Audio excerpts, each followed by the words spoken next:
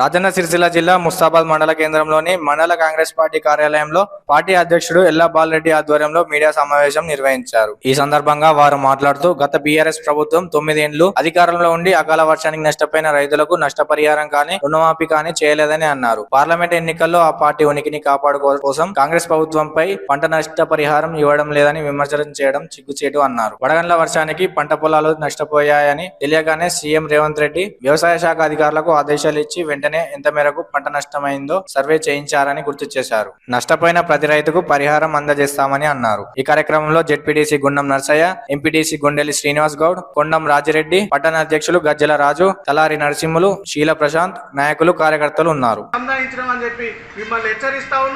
రైతులు నష్టపోయిందనే ఆలోచన మీద వారు వ్యవసాయ శాఖ మంత్రి గారికి చెప్పి ఎకరాన 10,000 ఇవ్వాలని చెప్పేసి కూడా ప్రకటన చేయడం జరిగింది.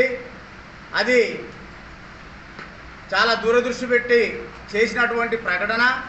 కానీ అంతకుముందు చాలా నష్టం జరిగినాయి. కానీ అట్లా జరిగినప్పుడు పోయిన ముఖ్యమంత్రి కేసీఆర్ గారు కానీ చాలా వారు చెప్పిర్రు, కానీ ఎక్కడ కూడా రూపాయి ఇచ్చిన దాఖలా లేదు.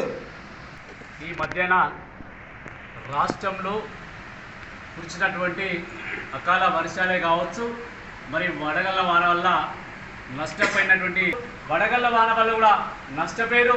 హైదరాబాద్, వరంగల్ ప్రాంతాలు కూడా పూర్తిగా నీళ్ళలో మునిగినటువంటి సమయం మనందరం